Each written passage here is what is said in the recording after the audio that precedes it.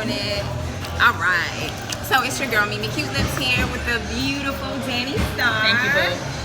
And today, Danni and I are going to talk about this new book, right? Yes, Empathy and Eyebrows. I'm so excited.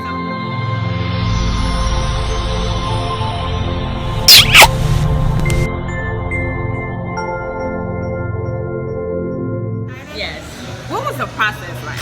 Oh my God. Well, first I have to say that I had to go through a lot of stuff to even have material to write the book. Right, you gotta live some. I do. So I went through a lot, and then I realized like it was a lot of relatable stuff: heartbreak and divorce, and dating after divorce, and workplace discrimination, and growing up with an alcoholic, abusive father. There were all these things, and as I would tell little stories, I realized that other people would relate to it. Right. So finally, I was like, I've always wanted to write a book. Okay. In my heart, I'm an author before I'm anything else. Okay, Which is well, that's good. Yeah, which is crazy. But so I started writing it, and once I started writing it, I felt like this crazy freedom, and then I couldn't pull back. So it was very therapeutic? Oh my God, it was so therapeutic. It was amazing. But you've been to therapy, so a different kind of release? It was, because Beth is my therapist, and she's the bomb, by the way. But like, so shout out to Beth. Yes, shout out to Beth. But Beth gets, Beth talks to me, and I say everything that, I answer her questions or whatever. But when you start to answer your own questions, it's a different... You're breaking through on a different level now. It's a whole different ballgame. It really is. Okay, all right. So you shared everything? Did you keep some things to yourself? Did you feel like, maybe not, they're not ready? You know what? I did. I kept, but not a lot. Like, I consider myself an open book anyway. Okay. And so I gave so much of myself, and then I realized like there's little nuggets that I didn't give, but why I kept those was because I thought in conversations like this that they would be good talking points, or like in different interviews and things like that. I can say like, no, I didn't give it all away because I plan on writing more books. Okay. Like all right, so sequel at some point. Yes, definitely. That's good. Okay, so did you have to, so in your share, I'm a sharer too, it comes, when's your birthday? January 29th. I'm Aquarius.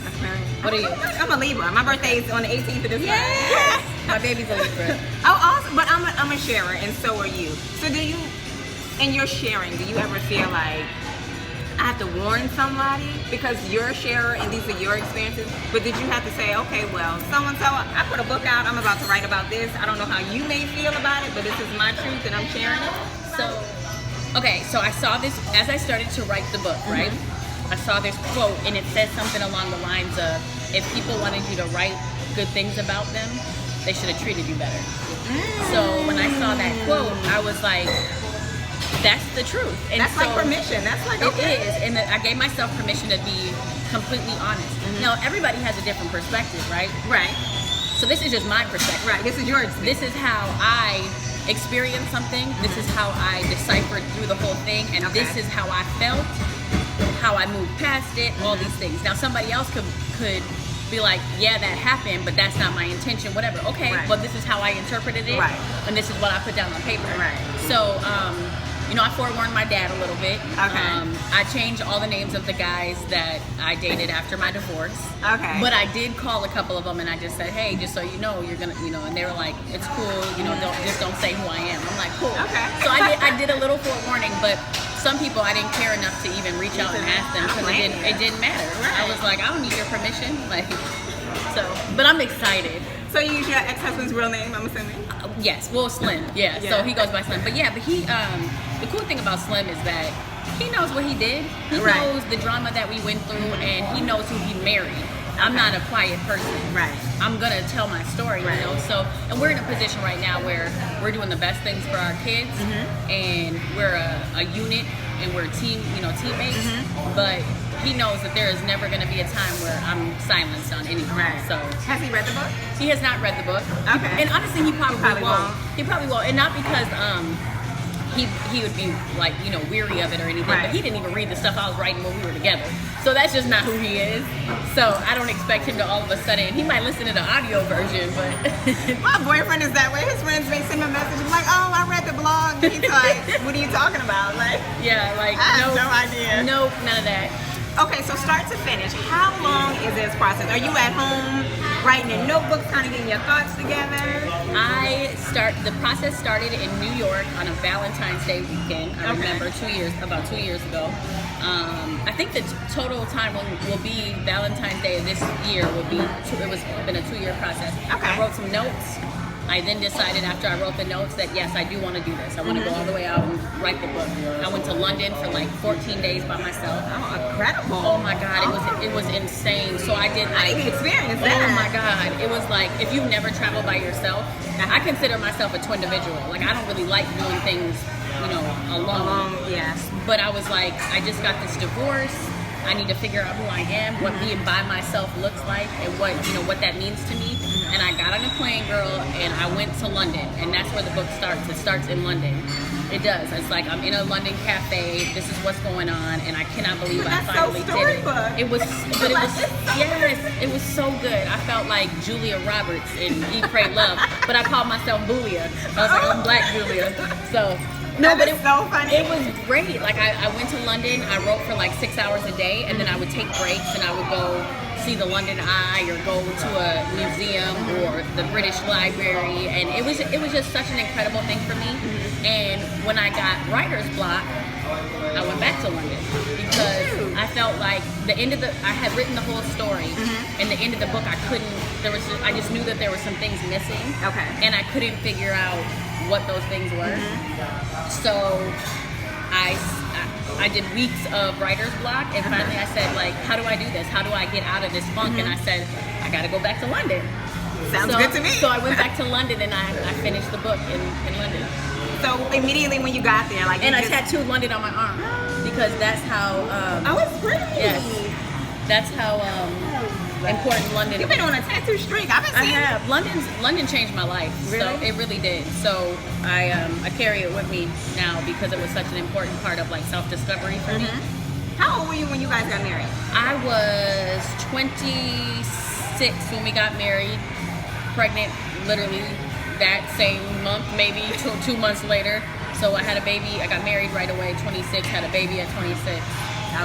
It was just really. I would say, so you guys didn't even really have time to just build up a marriage. We didn't. Before you had to start worrying about, somebody. It was a really fast transition, and honestly, since then, I feel like my life has been nothing but a bunch of different transitions, and now I'm finally yearning for some stability. Like I just want to, which I don't know why I say that because I'm just so go anyway. Yeah. But I feel like the book has been something that has been. It has been my little piece of like stability for the last 2 years. So I don't know what I'm gonna do with myself now. You need a new project. I do need a new project. So the girl's a little right now, but when they get bigger, am I worried about it? Oh, not even just worried about it.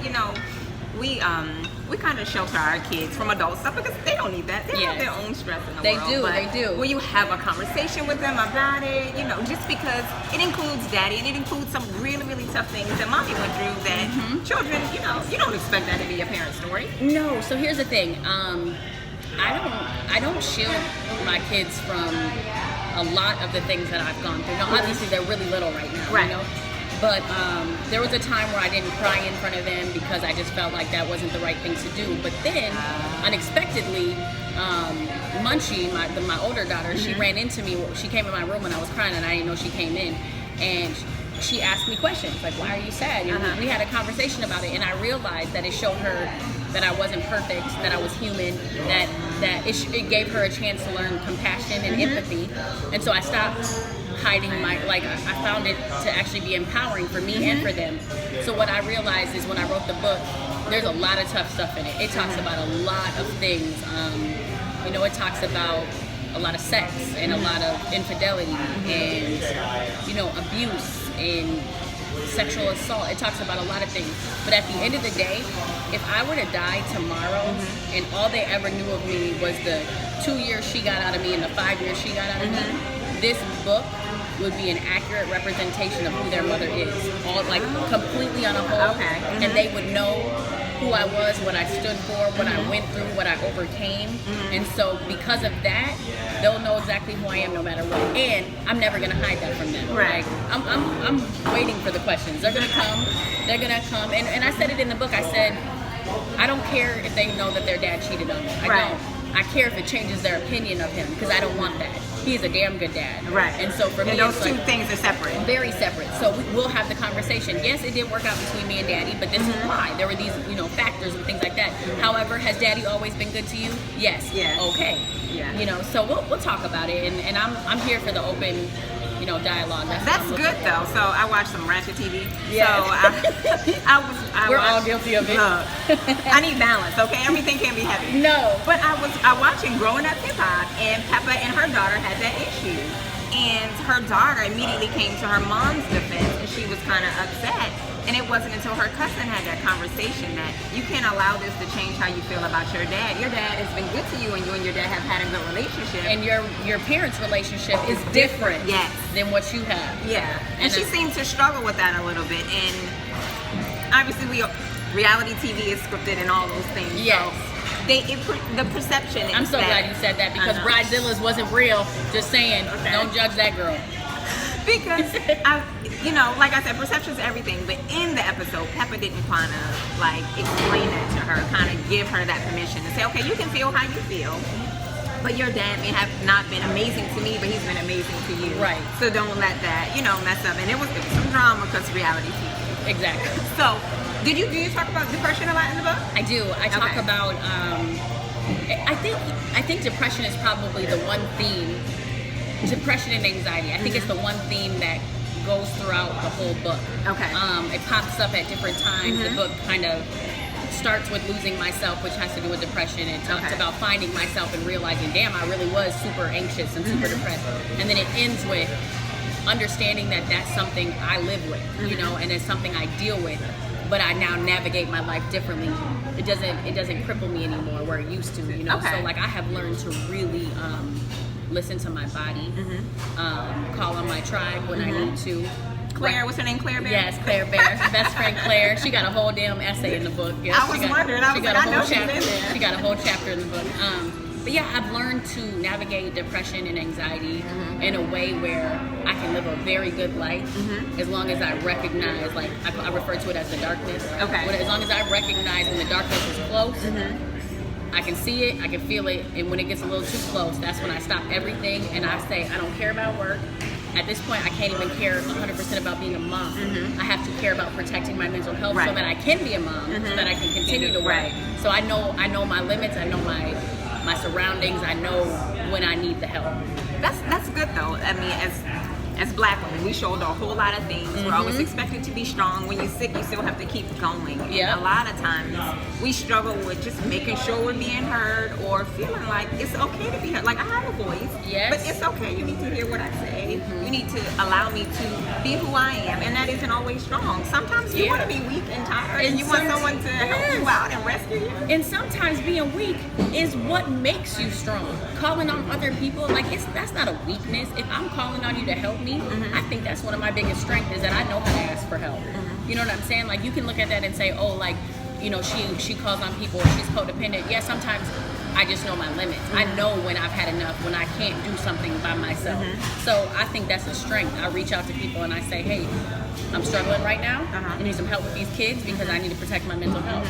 And I've learned to do that, and I think that has helped me immensely, and I think it'll help other people by giving them permission to ask do the for same help. thing. Yeah. I think that's amazing. So many times we hear these tragic stories about women who have committed suicide, who have endured crazy relationships, and for some reason we kind of take on the fact that we don't have to ask for help, that we should be able to do everything, and we can. Yeah. So how important is it to you, or just to you getting into just a much better, healthier place, to have a tribe in place? Man, when I tell you I have cut out all the toxicity, I have invited in all things positive. I mean, if your energy even so much as makes my energy feel a little uncomfortable, I'm not messing with you. And not on no disrespectful stuff, I just know who I should be around and who I shouldn't, right? I have never had I know a lot of people. I've never had a huge amount of friends. I have a lot of people that I know, and I have Claire. Claire is the mainstay. I have Claire. I have a broad squad, and I have friends who I really love and I care about. But I don't have. I have built my own family. You know what I'm saying? Like, I grew up with a very dysfunctional family who I love very much so, but they also take a lot of energy out of me. They take a lot of work, and I have to protect myself from them a lot of the time. Certainly. There's just a lot of, you know, there's drama and abuse and drugs, and there's all these things that I can't, as an empath, someone who feels everything and who takes on everyone else's issues, like, I cannot protect myself from that unless I distance myself. Okay. So I surround myself with amazing people who ride for me because I also ride for them. And I know, like, you gotta have some ride or dies in your corner. For sure. You have to, because, you know, life is not about being alone and spending your time by yourself. It's about really enjoying the people that are around you. And once I started to really kind of hone in on the people who I want around me and I want to give so much of myself to, it became a really beautiful experience. And I navigate myself like that now. Like, I don't want to be around people who I don't want to be around. Right. If somebody asks me to do something and I really don't want to do it, now I say it.